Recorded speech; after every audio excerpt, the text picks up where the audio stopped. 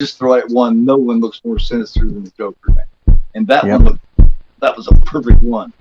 Yeah, that I thought that was a good little scene that nobody really talks about.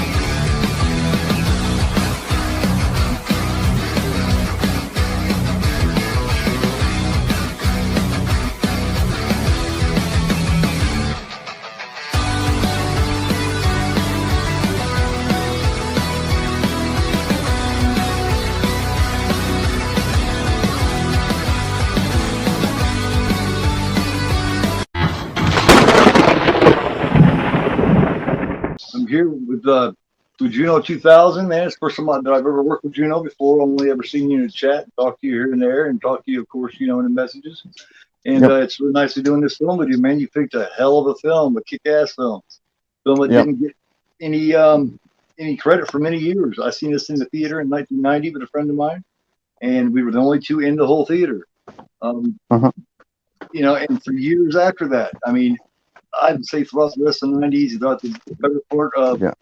the first of the 2000s, people talked down about this film. That like it was just as much garbage as Exorcist 2. Yeah.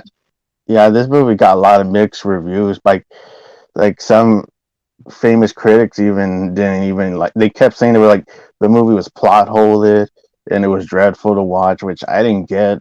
I thought the Yeah. movie was straightforward, psychologically thriller, mystery. I liked it from And day it, one. yeah, and it sadly bombed in theaters. Yeah, it made Yeah, 44 million worldwide on an $11 million budget. yeah, So I mean, they expected better, but they didn't yeah, get it. Um, now all of a sudden, about the last 10 years, now yeah, everybody all of a sudden has jumped on this bandwagon of how yeah, cool the movie is. That always cracks me up how that yeah, happens. That happened with The Thing. yeah. That happened to Night of Creeps. It happened to Halloween 3. It's Yeah. how it is. Even Night of the But Demons, like the same the other night. the one thing I noticed about what was pretty fucked up about that, when I saw like the information about this movie, like what was nominated, like I know Brad Dourif was nominated for a Saturn Award, Hmm. but George C. Scott was nominated for a fucking Razzie Award, which was a what the fuck? Why is he was nominated for like worst actor? Like Yeah, what the fuck? it's not the only time I've ever seen a great actor do a great performance Yeah, like get nominated for a Razzie because everybody thought the movie was bad. yeah, that Yeah, was kind of like his acting wasn't bad. It was really powerful and it was breathtaking in his performance. Yeah, George C. Scott never gave a bad performance. yeah, It he didn't happen. never. Eh, George C. Scott was he was great. He wanted the so, part actually after reading the. I don't know if you know any of this. I'll give some facts. Some that weren't on the documentary. He what? actually wanted the part after reading the script because, of course, had they had to replace the Kinderman role that was in the first that was played by Lee J. Yeah, Cobb. Lee J. Cobb. Yeah, he read the script and wanted it because he could see that it was a horror mixed with a drama. It was a very strong drama, and he could tell just by the character interactions and everything that it was going to be very, very invigorating. And he thought that was, that was rare, and he thought they could really make a good film out of it. So he wanted it. So of course, Yeah, not having Lee J. Cobb, he said, "Shit, if we can get, George C. Scott, we need to take him." yeah, Lee J. Cobb. like he was great as Kinderman in the original, but he sadly passed away a couple years after the first movie.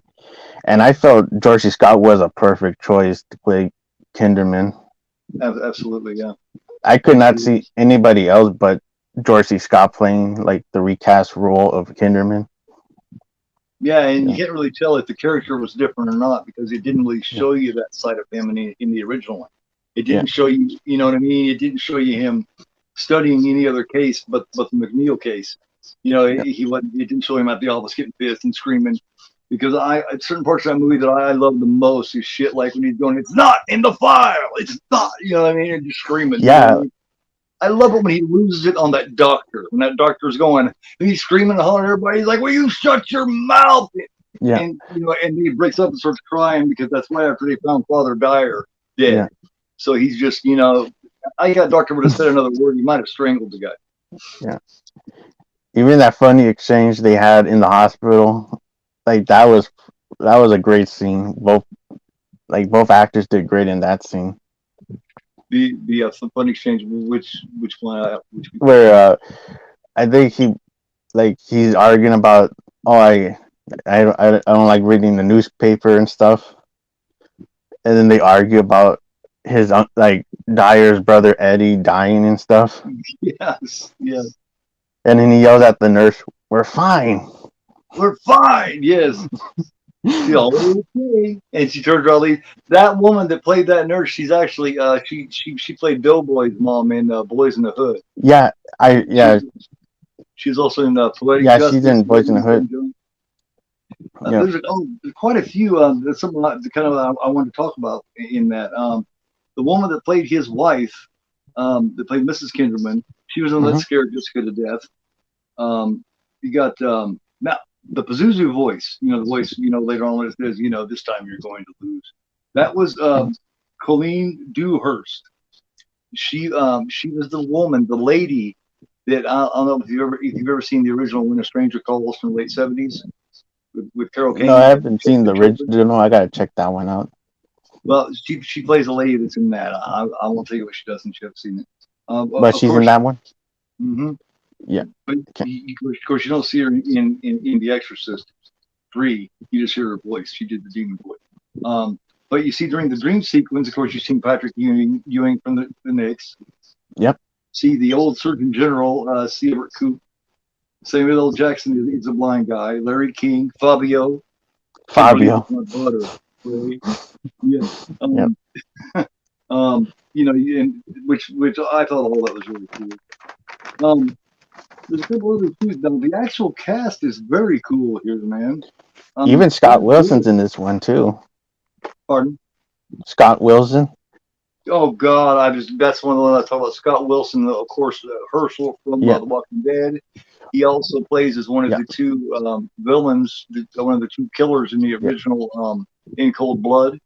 Yeah. And he was also in Behind the Mask of Leslie Rise of Vernon. the Burning, which is Oh, loosely based yeah. on, you know who he's supposed to be, right? In that, Who is he supposed to be? Because I know he was like a slasher killer, but I forgot what character Billy. was. They hint that he's Billy from Black Christmas. Really? Yes, that Whoa, I didn't know about that. I thought he was just yes, like a regular like neighborhood serial killer or something. the writer and director of Ship were asked. He was asked, well, you know, you hinted that he was going to be a '70s, you know, '70s iconic killer, you know, like blah blah blah. And you know, well, did you have anybody in mind? And I guess they was like, well, yeah, the one we had in mind was Billy from Wow, Black Christmas. He that's was a like, hell crazy yeah. one. Yeah. And So he was also in the Nine Configuration, which was a previous Blatty movie, and that character that he plays was actually the same like the astronaut character that Reagan says in the party, "You're gonna die up there," yes, before she pees and stuff. Like that astronaut character was the same character that Scott Wilson is recast as the same character in the Ninth Configuration. yeah. Now, Yeah. are you a big fan of the original Exorcist? I mean, are you a huge fan like everybody else is, or? I enjoy The Exorcist, the original, to me all the way. I know a lot of people. Some say it's overrated. Some say it's boring. I No, disagree. I think it's an original classic. it is fantastic. It's top two or three for me all day, every day. Um, Yep. Now, you seem to you like Exorcist 3 a lot. Which do Yeah, you which do you prefer, the third one or the first one? they're both great movies. I would say I kind of like Exorcist 3 because I kind of felt there was more powerful moments to that one. Where the first one, I really enjoy. It's a great classic. It's scary. It's a scary movie. It's supernaturally thrilling throughout. But I feel like the second one kind of like amped it up with the fear and the psychological of the demon and the murder mystery. Right. Completely Yeah, different animals. You know what I mean? They're like they're completely both different different animals. movies. And yeah, a lot of us would agree that the second movie wasn't that great. Oh my god. Uh, Yeah, that because was in the the special reason. features, they did hate they kept saying that they hated the movie so much. Did you see how appalled Brad Dorff was when he was talking about Exorcist 2? He said that was so lousy. It was just sucked. He looked like he had a look on his face like something stank. You know what I mean? Like someone just laid a pile of shit in front of him. You know what I mean? He was like, "That was horrible. Yeah, It was like, it wasn't scary." I was like, "Damn, he, dude, you hate that it was movie, huh?" boring, and he even called the movie a piece of shit. Right. He was appalled by the fact they even made it. Yeah. And Yeah. he was also appalled by the fact of what they did to The Exorcist 3, too, which a lot of people are. Happened to Hmm. add the exorcism scene in it and all that, which I think is sad for William Peter Blatty because both movies, the original one didn't come out exactly the way he wanted either. I mean, he was mostly happy with it, of course, which is why Yeah. they made the version you never seen, is to add more scenes in, more things that he wanted in, that he felt were the heart and soul of the movie, and that's Yeah. why Friedkin did that for him as a favor. It Yeah. still didn't look exactly like he wanted. And then he went and tried to make The Exorcist 3, and then the studio made him go back in and reshoot and put an exorcism scene in when he said it had nothing to do with it. So I thought it was sad that this was this man's life's work, his passion project. He is The Exorcist, and he Hmm. never got to have his finished product on either one. And I think Yeah. that's so sad. 'Cause a lot of times in filmmaking, a lot of times the studios fuck up a lot of their movies and stuff. Like, for example, like I would say the one Wes Craven movie that the studio fucked up the ending was his movie. What's it called? The one with the robot, Deadly Friends. Mm-hmm.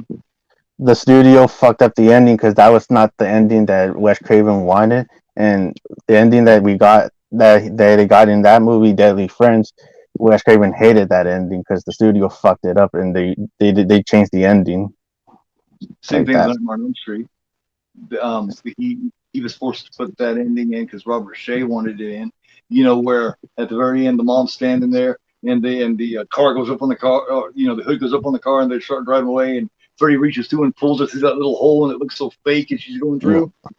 Hmm. He didn't want that in there either, but Robert Shea insisted. Oh So my gosh, what was your thoughts when you saw that effect? it was fucking horrible. That's the one part of that movie where I go, That was it looked like a Barbie doll, like just getting squeezed into the hole of the glass and stuff. now I just kind of try to think of it as charming. I go, well, it's charming. I Yeah. figure if I lie to Yeah. myself enough, I'll believe it. Yeah. Other than that, it's fantastic. It's great. It's Hmm. top notch Yeah. classic. But that, it's like, oh my god. I'm reading being a kid, going, what the hell? Yeah, like it just simply just went real fast and like a doll and stuff, like just getting dragged in. Yeah, yeah, yeah. I mean, hey, but I guess it can't all be perfect. Yeah. There's yeah, there's so many of these things that I want to discuss here. I'm sure you've got some things you want to talk about too. I tried, since we've both seen the documentary and documentaries, because there were parts to them on there. I tried to get some different things down here that hadn't been discussed. Now, first of all, was you aware that Blatty had talked to John Carpenter about directing this? Yeah, he wanted John Carpenter to direct the movie, and Carpenter John wanted to. Carpenter even saw the script and was invested in wanting to do the directorial of the movie. But Blatty kind of like just stepped apart with that and just he wanted to do the movie instead. So Yeah. Well, and Carpenter just could yeah. that he really wanted to direct it. Hmm. The studio wanted the studio wanted somebody with a name of directing, because Blatty hadn't Yeah. really. And so but he said, okay, yeah, Like, John Carpenter would be cool. And Carpenter's like, yeah, I'm down with it. But Carpenter could tell that he really wanted to direct this. Number one. Number yep. two, they couldn't agree on an ending. And you know what I mean? So Yep. he kind of bowed out. So he did that kind of to help Blatty. Mm-hmm. Um, and there some other things here. There's some left out scenes that, like in the opening scene of Kinderman viewing Karras's body in the morgue right after the fall down the Yeah. stairs.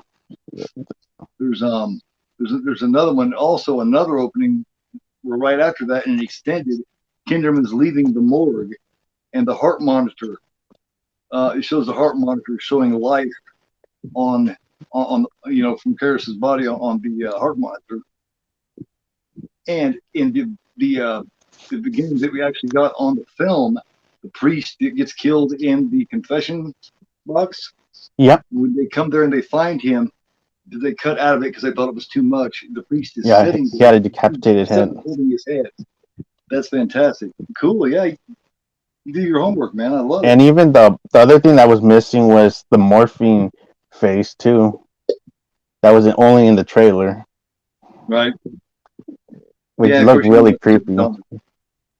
Yep. You know about the Dahmer thing. Yeah. The Oh, champion the and all Dahmer. that. I Yes. did. I did see that TV show about Dahmer, and they presented the Exorcist 3 in that show which was pretty creepy to see what he was doing to his victims, where he was psychologically mind mind shocking them. Like Yes. he kept saying like, "Oh, this is my favorite part," like the part where the priest is getting attacked by Mm-hmm. the Gemini killer at the end, where his skin is moving. Because I feel Yes. like because that part kind of like turned on Dahmer for some reason. But the skin, yeah, I mean the skin coming off, skinning him, getting Yeah, ready to, getting ready to munch. He's gonna yeah, grab like that. it. And he kept He like even saying put like, the "Oh, that's yellow. my favorite part." Yeah, He even put in the yellow contact lenses, I guess, just so he yeah. don't Even the see. yellow contact lenses too. So yeah, totally he's crazy, man. Um, Yeah. you see, there's few different other things here. There's certain different points of this, man, that I think are key scenes here. First of all, let me start out. When was the first time that you ever seen this? When I saw the Exorcist 3. Yeah. What's your Oh, when introduction to it? well, first when I was like, for the first time when I was introduced to it, I heard about it, and then I got a DVD copy of it from a yard sale and for like $3, and then I watched it. I was not impressed at first when I first saw it because I thought it was boring. But when I Right. saw it like the second time, I kind of kept like giving it up. Like I didn't want to watch it until like 2 years, like a few years later, like in 2017, I saw like the trailer of the movie, and like the trailer impressed me. Like I wanted to check it out because that was a movie that at first I thought was boring and I didn't want to see it. And then I went to FYE to pick up the Blu-ray, which I have here for $17 used, and the disc was not messed up; it was all clean. And I played the movie and I watched it, and I was impressed with the movie in 2017. So how much older were you that time than the first time you seen it? Oh, and the first time when I saw it, Yeah. Like I was like, how old were you the first time you seen it, and then I how was old like, were you when you? I was like, in 2014, I was like 14 years old.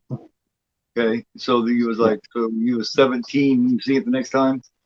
yeah. When I saw the trailer, it really impressed me. Like, man, I want to check this movie out because at first I didn't check the trailer out because I think I should have seen that before seeing the movie because the trailer did hook me up when I saw Brad Dourif yelling in that trailer. Like, wow, I was like so invested in seeing the movie.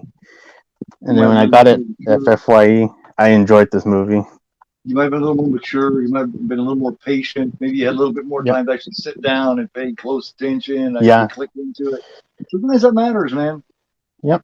It's like the Sometimes that same thing. matters. Like the first Exorcist is a slow burn, and it's a great movie. Yeah, Yeah. sometimes the best ones are. To me, the greatest horror films Yeah. or thrillers are the slower burn ones, man. I Yeah. mean, the fast, quick action ones, and all the killings happening real fast and shit.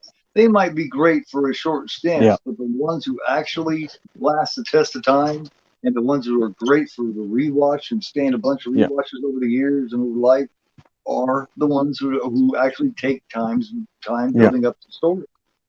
You yeah. know, I think I mentioned to you like that I did enjoy the original Night of the Living Dead, but a lot of people did not like it because I have seen people said that the Night of the Living Dead original was boring for some reason, which I didn't get because to me I like the original much more than the remake.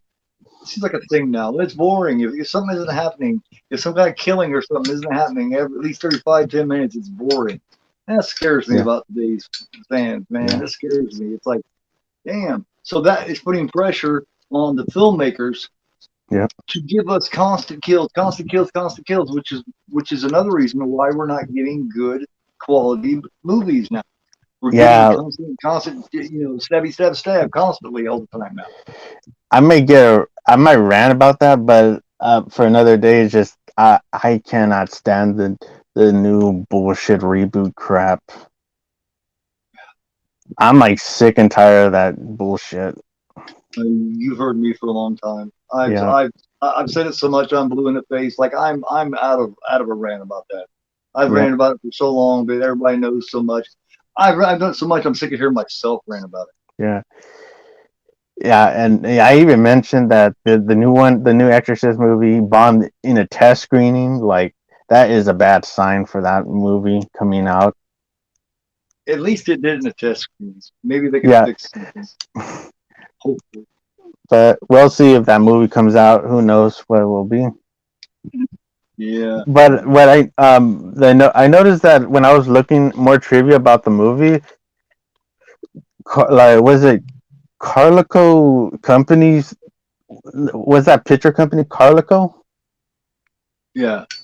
Yeah, they were invest. They wanted an idea for The Exorcist 3, and the idea was that it was gonna be an older Reagan McNeil, where she gives birth to like two possessed twins, and they grew up to like be possessed. That's something I was going to talk about. Yep.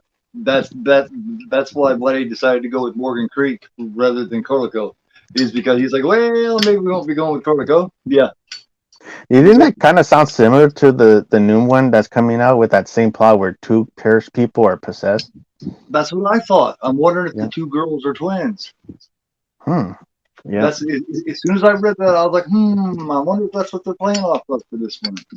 The same thing that Blatty didn't like.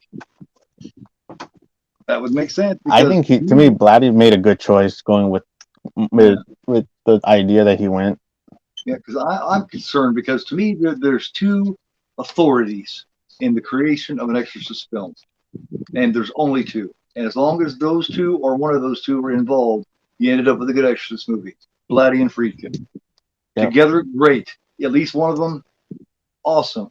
You know, Yeah. but without both of them, look what we have without both of them so far. And they're Hmm. both, and and Friedkin's not going to touch it. He'll never touch an Exorcist movie, and Blatty's gone. So Yep. so you should leave. Especially Blumhouse, man. And it's so sad because Blumhouse back in the like say 2010, 2012, they made shit like Sinister and some really cool shows, man. Yeah. I did They just enjoy. I know the series had gone into like a shitty path, but I did like the second Purge movie. In my yeah, opinion, I thought it yeah, was actually a pretty badass sequel. In my opinion, yeah, yeah. I like the first one. yeah, But I like what's her name, and I do like Ethan Hawke a lot. I yeah. like the one that plays the wife, the one that's in Lena Game of Headey, Thrones. Lena Lena Headey. Headey. Thank you. Damn it. Damn it. That's been happening to me a lot lately. I'll let Yeah, you notice that's been happening a lot. yeah. And you said you also enjoyed The Visit. Oh yeah, I did like to visit from Shyamalan. Yes, Yeah. I thought it was really cool, man. I thought it was. I don't understand people's problem with it. Now, Yep. old and Knock at the Cabin, that was a little disappointing. And old was the first half of it was really cool, but it just didn't seem to finish. Yeah. Oh, I just felt like I just kind of like was not into the movie. Just all the You got all characters the were just doing a lot of stupid decisions in that movie, like, and they whole were being crew. like unlikable. Yeah, It's like, yeah, but it's old, all right. Kind of like Metallica's Load. It sure is. yep, Compared to the early shit, it sure is a yeah. load. But the one thing I appreciate that A24, some movies like I'm kind of mixed on some movies, but I at least they're doing something new compared to these stupid reboot crap that these big studios are doing. I like a lot of A24, actually. Yeah, I like a lot of their stuff, man. Oh man, I like. Let me see. Uh, Psycho's Daughter, Witch, Hereditary, Under the Skin, Midsummer, Lighthouse, The Northman, Lamb. Now, Men was disturbing. I'm scarred for life on that one. Um, X, The Green Knight was entertaining. That was fun. Saint Maud is awesome. yep, Sacred Killing of a Deer is brilliant. It Comes at Night. Those are yeah. all good. Yeah, The Lighthouse was a pretty crazy movie. I saw that in a select theater, and that was a pretty good movie. You got to see those more than once. You have to see most Yeah, A24s more than once. You just have to. and I know it recently got a. It's recently getting a. It got a 4K from A24, and in Arrow Video they're going to do a 4K of The Lighthouse this year. Yes. Yeah, I got pre-ordered. Yeah, Yeah, they got a really good price on it. I think God, it was Amazon right now. That limited edition yeah, 4K I think is like $32 free shipping. yeah, That's cheap, man. yeah. But that Pearl movie was actually. I actually did enjoy that Pearl movie. The what? The Pearl, which is like the prequel to X. Oh, Pearl. Yeah, I have not seen Yeah, Pearl. I I I haven't thought seen it. Mia Goth did a great job playing Pearl because I thought like Pearl was an interesting character in the X movie, and then when She's she good. played like the younger version of Pearl, it was like she did a great job in that one. Mia Goth is good. Yeah, Um, Her and I can't remember her damn name, and I'm not going to sit here and be stupid and be looking for it. But her and the Anna Taylor Joy is good too. Anna Taylor Joy. Well, oh yeah, she was in Split too. Yeah. And the witch, Oh, and The Witch. yes. I think she's really good too. But yeah, that Mia Goth has she's hit them all out of the park so far.